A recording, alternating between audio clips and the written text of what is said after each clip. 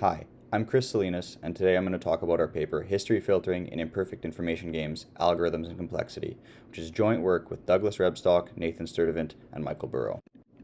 Our paper is about a computation that enables depth-limited search in imperfect information games. Games like chess and poker have historically served as a model for sequential decision-making. The size of the game's state space depends on the number of actions available to players at each state, or decision point, and can grow exponentially with the number of sequential decisions needed to reach the end of the game. This exponential growth means that searching exhaustively through the state space to find a good action will have limited success. Depth-limited search helps get around this issue by replacing decision points below a specified depth with a value function that captures, or more realistically approximates, the value of playing the subgame from that position onward. This idea massively boosts scalability and was key to several famous results in perfect information games you may have heard of, such as chess with Deep Blue and Go with AlphaGo and AlphaZero. But perfect information games have a certain structure that make depth-limited search easier to apply. Subgames are rooted at individual states. The values used to summarize them do not need information from elsewhere in the game tree. Imperfect information games do not have this structure. Instead, subgames have to be rooted at public belief states, which are tuples containing a set of histories that are indistinguishable given the sequence of public observations and beliefs given a joint policy for all players over them.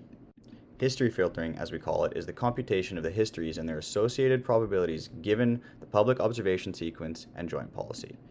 It provides the necessary information for algorithms that perform depth-limited search in imperfect information games.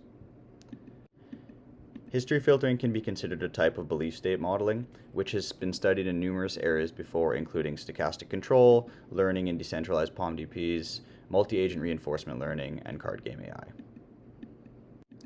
The application domains of some significant prior works, especially those in poker like Deep Stack, Libratus, and Player of Games, strictly contain public belief states that are computationally easy to enumerate and small enough to store explicitly in memory. But this isn't true in general. To start with, the general problem of constructing even a single history from the public belief state is FNP complete, which means that it's intractable unless P is equal to NP. We show this in the paper through a reduction to the functional version of the Boolean satisfiability problem. But like I just mentioned, enumeration is easy in some domains. Why? To help answer this question, we identified a structural property on the game tree called sparsity. Essentially, sparsity guarantees that public belief states grow at most polynomially with the length of the input observation sequence. When this is the case, breadth first search and a normalization operation on the target public belief state runs in polynomial time. Even though enumerating the whole public belief state may work in some domains, a more scalable alternative could generate histories according to their correct probabilities without having to do so.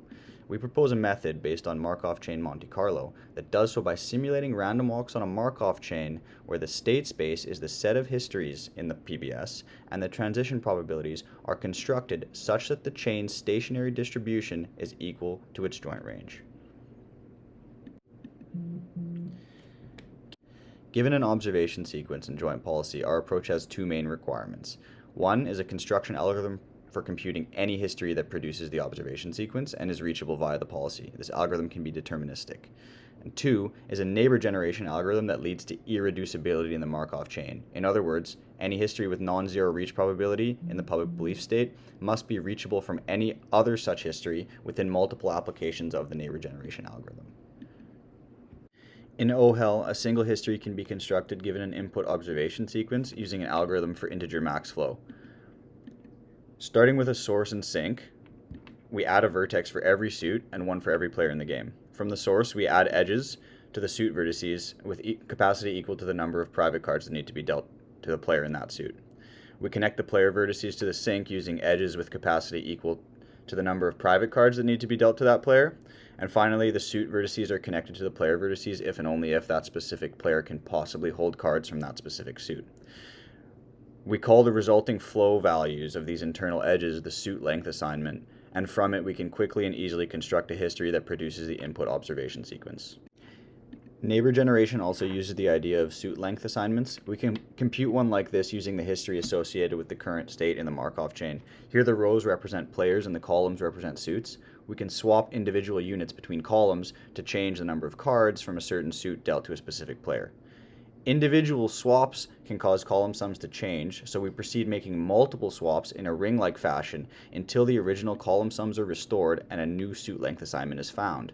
Our algorithm uses this process to select candidate next states for the random walk. Together with the max flow construction algorithm, this lets us simulate the desired Markov chain in OHEL and generate sample histories from an unbiased approximation of the public belief state we want. I'll end the video by discussing some empirical results that validate the end-to-end approach I just described. Both construction and neighbor generation run in polynomial time. However, the Markov chain's mixing rate, or how quickly it approaches the stationary distribution from the initial one, has a significant effect on performance in practice. So we designed a simple value estimation task in OHEL to test the effect of mixing time empirically. Given a public belief state and joint policy, the task is to produce samples according to the joint range of the PBS.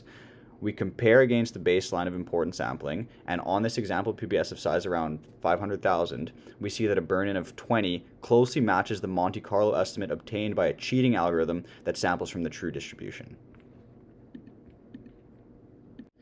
Thanks for watching. If you found this work interesting, please check out the paper for more details. I'd like to add that this work was done at the University of Alberta and supported by the Natural Sciences and Engineering Research Council of Canada.